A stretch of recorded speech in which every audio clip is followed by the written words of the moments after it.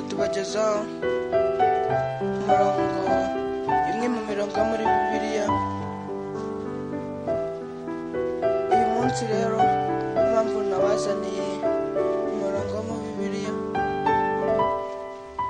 Luka 15:11.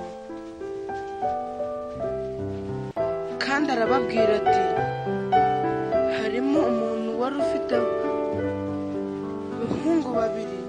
Umuhereza abwira se ati, data, mpa umugabane w'ibintu binkwiriye.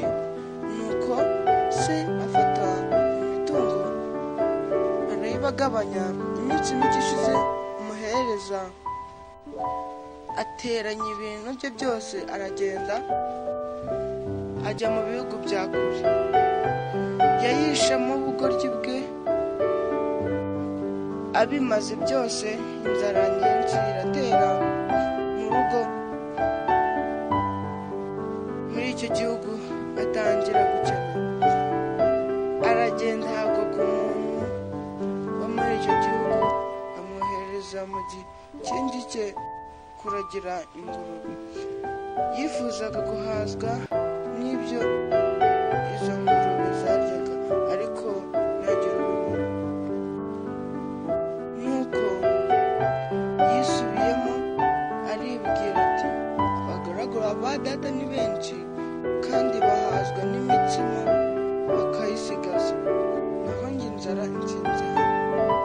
Reka mpaguruke njye kwa data, mubwira ati, data, nacumuye mu ijuru no mu maso yawe, ntibinkwiriye kwitwa umwana wawe, mpaka mbe umugaragu wawe. Arahaguruka ajya kwa data.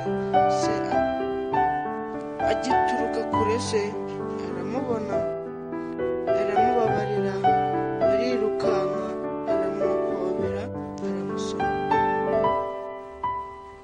Uwo mwana aramubwira ati, data, nacumuye mu mahanga, ngiye mu ijuru no mu maso yawe, ntibinkwiriye kwitwa umwana wawe.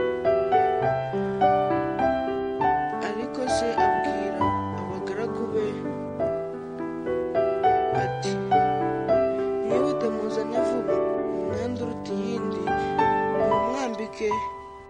mumwambike n'impeta ku rutoki n'inkweto mu birenge. Muzane n'ikimasa kibyibushye, mukibage turye twishime. Kuko uyu mwana wanjye yari yarapfuye, akaba azutse, yari yarazimiye, dore yarabonetse. Nuko batangira kwishima, baranezerwa.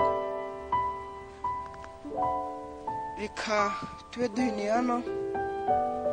Mwibutse gukanda subscribe kugira ngo tuzakomeze n'agace ka kabiri, kumva uko umwana wa kabiri byagenze. Kandi subscribe rero tuzaducikwa.